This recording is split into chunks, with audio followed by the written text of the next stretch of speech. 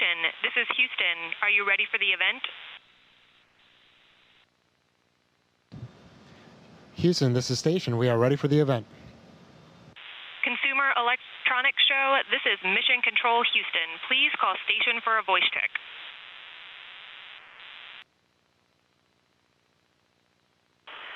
Station, this is Jackie at CES. How do you hear me?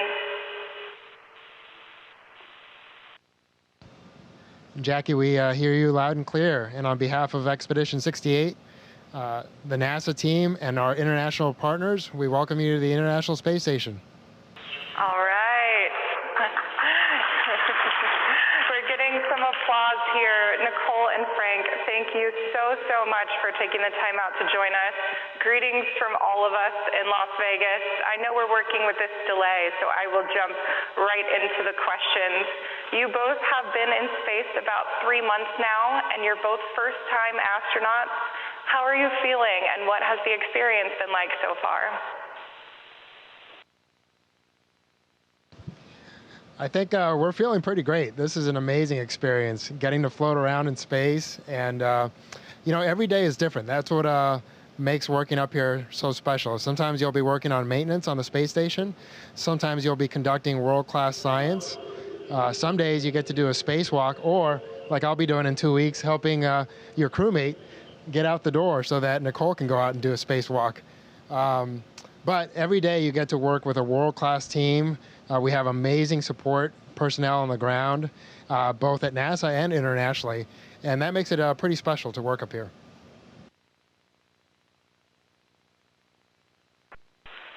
All right, and then I wanted to check in with you guys. We've been talking about various research projects that are sent to station by different organizations, private companies, academic institutions. Can you tell us a little bit about what research projects you've both been working on in recent days?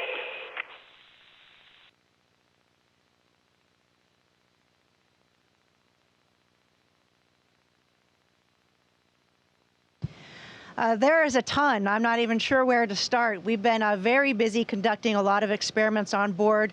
Most recently, we've been working with 2 experiments that are looking at growing tomatoes, Veggie 5. We're growing dwarf tomatoes in space, and this is to better find a way that we can sustain human diet on a long-duration mission to Mars, perhaps, and looking at different light sources and different fertilizers to help those tomatoes grow.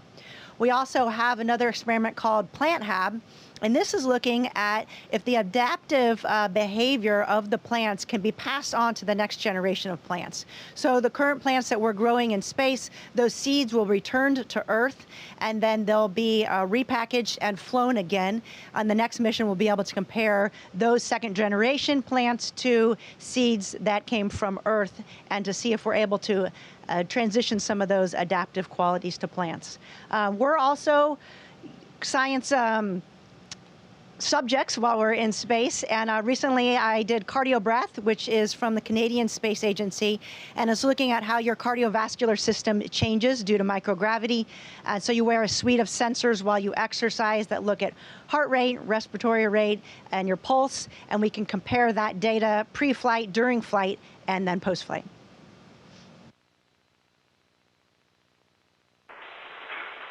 All right, and I know that you guys have your hands in hundreds of experiments, but we are at the Consumer Electronics Show here. What opportunities do you guys see for tech companies to get involved in research or demonstration projects in space? And do any that have passed through the station before stick out to you as exciting examples?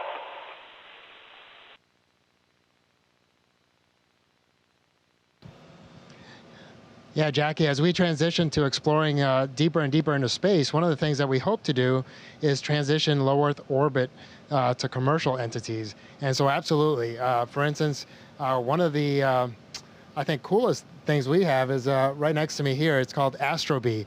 And these are autonomous little self-propelled robots that we are currently working with and will hopefully be able to help us in the future.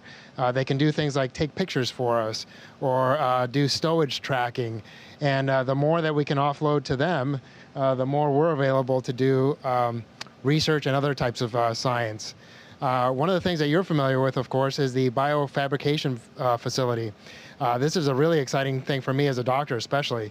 We're looking at how we can replicate human tissues up here in space. And in the microgravity environment, we're finding that the cellular replication tends to be different and better in a lot of ways. And in the future, there's hope that we can maybe fabricate entire human organs up here, and what a world-changing event that would be.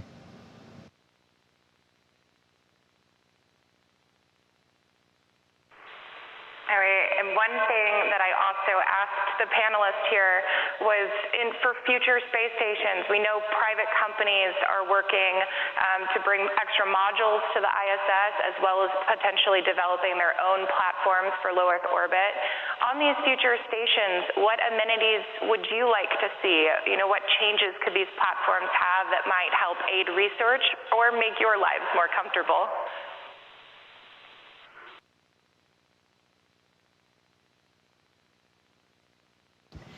Well, you're right. This is a very exciting time, especially for the commercial industry. We're just seeing an explosion of activity in low Earth orbit, and hopefully soon we'll see more people in low Earth orbit as well as these platforms mature and other opportunities to travel to space and to have your science or experiment be in space. You know, as far as a laboratory goes, I think we're really finding that the future is going to be a combination of automation, computer systems, potentially robots, like Frank spoke about, and then humans on board as well. There are some things that humans just need to interact with the experiment, but it's really how we integrate those efficiently along with support from the ground so that the principal investigator can be involved in the experiment to make sure everything is conducted appropriately. So I think that will be really key to efficient and successful science in the future of low Earth orbit. As far as humans living and working in space, it's pretty awesome here on the International Space Station. You know, we've been, a shower would be nice, but we have plenty of hot water, so that's good. But I think we've learned a lot over, this is the third decade that we're going to have humans on the International Space Station. So I think taking that information and learning from what we've done over the years as far as adapting to accommodate humans on space station, and then applying that to these other orbiting laboratories or modules that fly will definitely be a key to success in the future.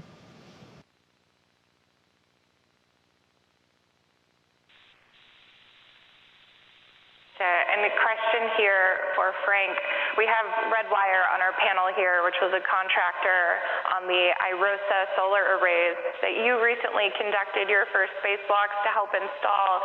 Can you tell us a little bit about your personal experience conducting a spacewalk? It sounds like an incredible experience. And also tell us a little bit about what these new solar arrays are bringing to station. Sure, I'll tell you, spacewalk is really pretty special. It's right up there between launch and a spacewalk as far as what my favorite thing has been out of this entire experience. The views are, of course, fantastic, but there's something also that's really rewarding about going out there and doing something really hard, and then working with an incredible team to make that hard thing seem pretty straightforward and simple in some ways. That IROSA is just an incredible design. We essentially got it out there, got it set up, and then just turned one last screw and it deployed itself. And what it brings is a lot of efficiency, right? For a much smaller size, we gain a lot more power for the station. And so we hope to use similar, if not the same technology, to power our outposts on the moon. And so yeah, it was really pretty darn special to be a part of that.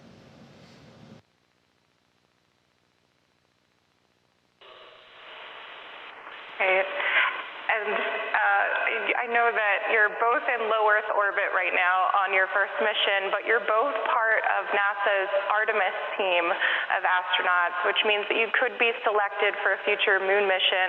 And we saw the Artemis 1 mission launch in November, which was the first uncrewed mission around the moon. Did you guys follow along with that launch? And what are your thoughts about the future and eventually, traveling deeper into space?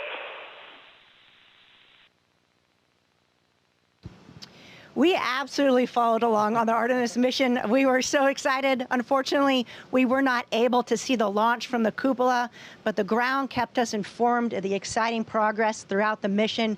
They uplinked photos of the moon and photos of the moon and Earth, which was just an incredible sight. I think everybody around the world was really excited for Artemis.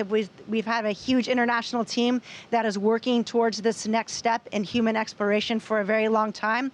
And so it was great to see the results of all that effort and a successful Artemis mission. And really, it's just opening the door to this exploration beyond low Earth orbit. And when we go to the moon this time, this will be sustained human performance or human presence on the moon. Frank spoke about the habitat that will be on the lunar surface. We're also looking at a gateway, a habitat that will be in cislunar space. And again, this will be a launching point from where we can then travel to the moon to set up a long-term habitat and potentially a launching point for future deep space exploration to Mars. So I think it's a very exciting time for NASA, a very exciting time for the world. Frank and I are excited just to be a part of that mission and support in any way that we can. But I think we're going to see a lot of changes and a lot of advancements in technology in the next decade.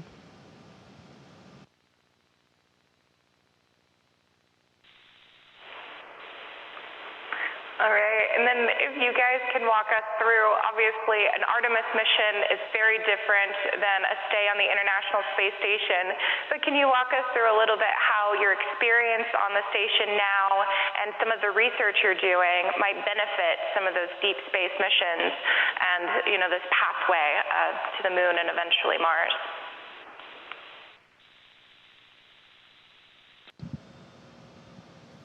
Yeah, for sure. So, you know, the International Space Station provides a really unique platform. Obviously, it's the only permanent microgravity platform that we have where we can study kind of the hardest part of space exploration, which is human presence. Unfortunately, we are pretty complicated to keep alive in outer space. And so this allows us to, you know, study that in depth for a long period of time. We've been living here for over 20 years.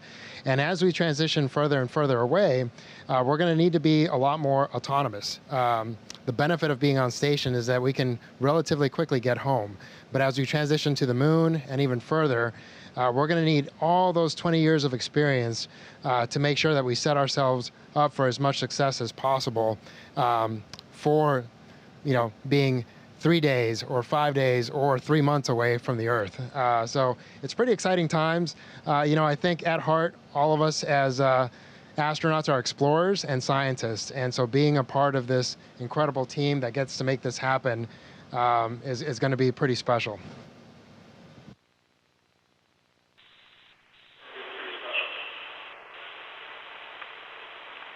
All right, and since you guys have been on station, you've also worked through challenges, unexpected things are always coming up. Can you tell us a little bit about how, when you're in the space environment, you work through unexpected things and how you get back on track, back on schedule?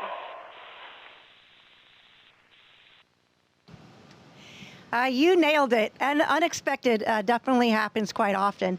You know, the good thing is that we prepare for that on Earth. We have a team of folks that train us to really be prepared to execute whatever procedure, whatever call-up that the ground has us needing to execute. And so we have a general knowledge of operating the space station, of these emergency, in-depth knowledge of the emergency procedures, but there's always a situation that will arise that perhaps we weren't able to predict on the ground.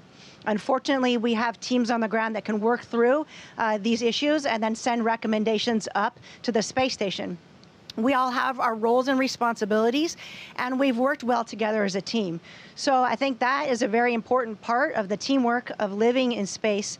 A crew really needs to work together. You need to know when it's time to lead and when it's time to follow. When we work together to execute some of these off-nominal procedures, we're definitely focused on mission accomplishment and getting that procedure done. Then at the end of that, we'll take some time to regroup, perhaps debrief things that we had learned, things that we can do better next time. And then you need to really be able to compartmentalize and shift your focus back to whatever the schedule is for the day and the other events that need to get done. So it's very exciting. Sometimes it can be very stressful, but we are fortunate to have great training and great support from the ground to be able to deal with any situation that will arise in space.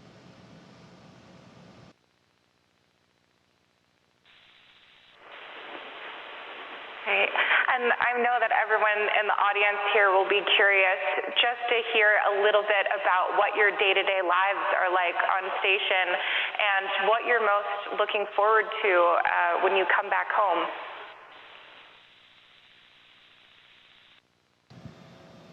Yeah, Jackie, that's one of the fun parts. Again, like I said, every day is different, but there are some similarities between every day. So we do work out about 2 hours every day, right? So the fact that you're not walking and standing doesn't put the necessary stress on your bones that you need for actually to maintain not just bone density, but as you know, bones produce most of our blood. And so keeping that machinery going really requires that stress. And so we do resistance training on a machine called ARED, which uses air pistons to provide resistance.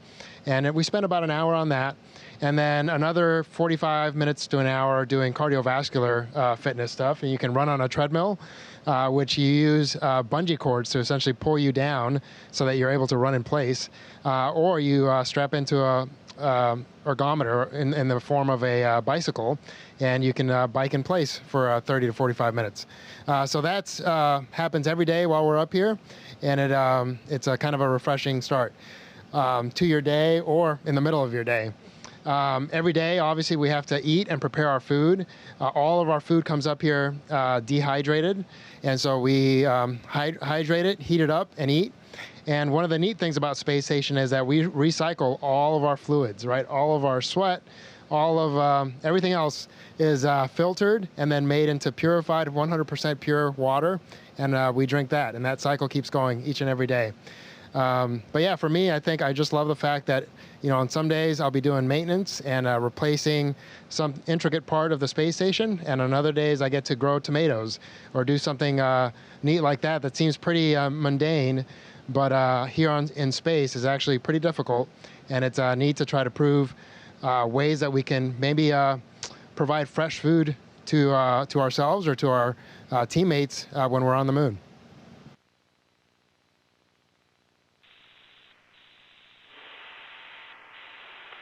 All right, and I know that everyone here is just coming off of the holiday season, and we celebrate it in our earthly ways.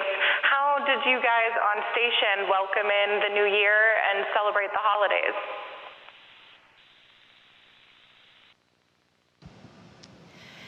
While we were in space, we did get some time off, though, which was very nice. So, of course, we were able to call home and talk to our families and friends and our loved ones.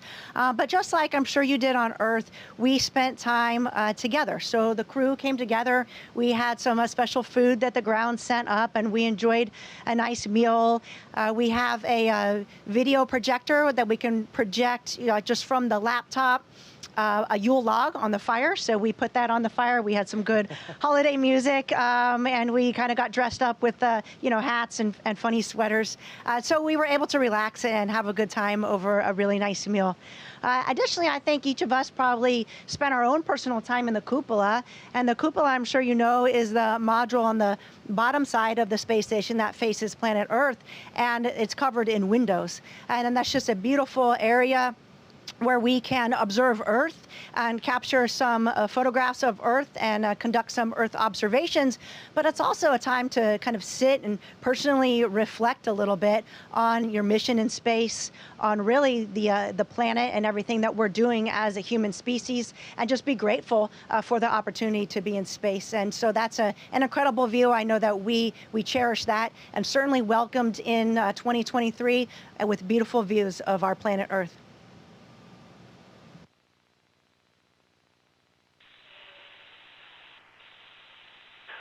Thank you so much to both. I know we're running out of time here, and Mission Control will surely really kick me off soon. So I just wanted to send an extra special thank you and a big hello from everyone here in Las Vegas. We wish you the best and a safe return home. Well, thank you guys so much. It was awesome to spend a little bit of time with you guys. We can't wait to see the tech that you guys have in store for us when we get back to Earth. So thank you for spending this time with us. Station, this is Houston ACR. Thank you. That concludes our event. Thank you to all the participants from the Consumer Electronics Show. Station, we are now resuming operational audio communications.